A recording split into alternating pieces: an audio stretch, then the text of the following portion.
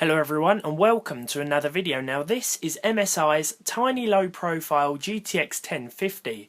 It's a 2GB card and is a suitable graphic solution for any shape or size PC. Just look at how small it is.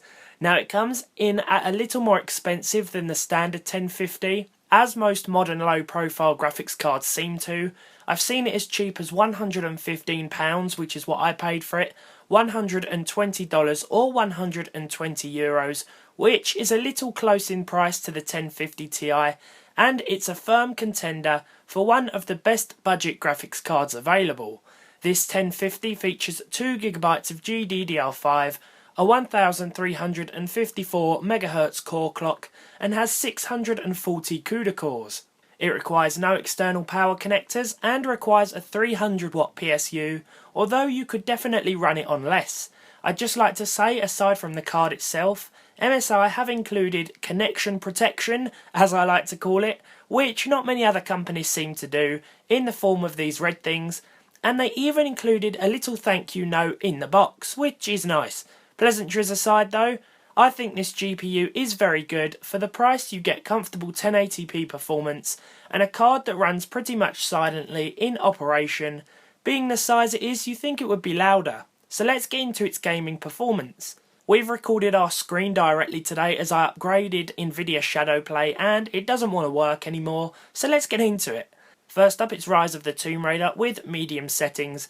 You'll notice throughout that the card is bottlenecking our CPU and runs at 99 or 100% most of the time, and I'd recommend something like an i3 from Intel or X4 860K from AMD as a decent pairing. But this is exactly what it was designed for, turning budget PCs into gaming systems.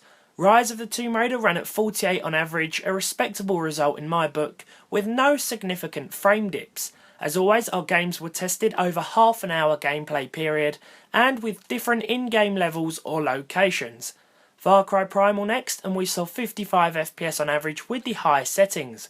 This ran better than I was expecting and didn't show any signs of slowdown. Even when the action started to heat up, our 1050 kept its cool, and despite the 2GB of VRAM, which some may consider a limitation in a newer card, even very high settings wouldn't have been an issue. So something a bit less demanding now, as this is what the 1050 seems to be advertised as, a so-called esports card. We turned everything down in CSGO 2 because it seems as though the ideal way to play, and some of you CSGO pros out there tell me it's all about maximum FPS with this game. It ran anywhere from 130 to over 200 at 1080p as usual, and the average was 150 over 30 minutes. Another nice result.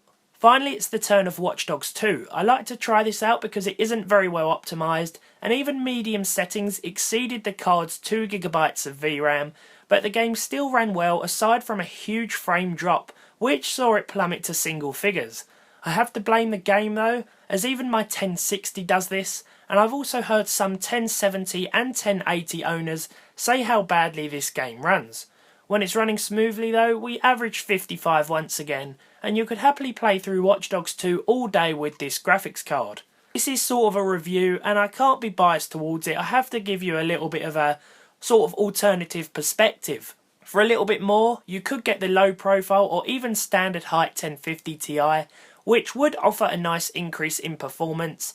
Furthermore, this thing is pretty much identical to the RX 460 in terms of performance too, which has seen some pretty decent price reductions and is available as sub 100 on most online sites. Don't get me wrong, this is one of the coolest looking cards I've ever seen, and for a low profile build or somewhat weak power supply it will do wonders. I think sitting between AMD's cheapest RX and the excellent 1050 Ti in terms of performance and price, this thing may be overshadowed, because there are even low profile versions of those available as well now. I still like it though, and as a low profile GPU it definitely does the job. So guys, let me know what you think of this card. I for one think it looks good, it performs well, but it may not be the most sensible purchase. I hope you've enjoyed the video. Leave a like on it if you did, leave a dislike if you didn't, subscribe to the channel if you haven't done so already, and hopefully, as always, I will see you all in the next video.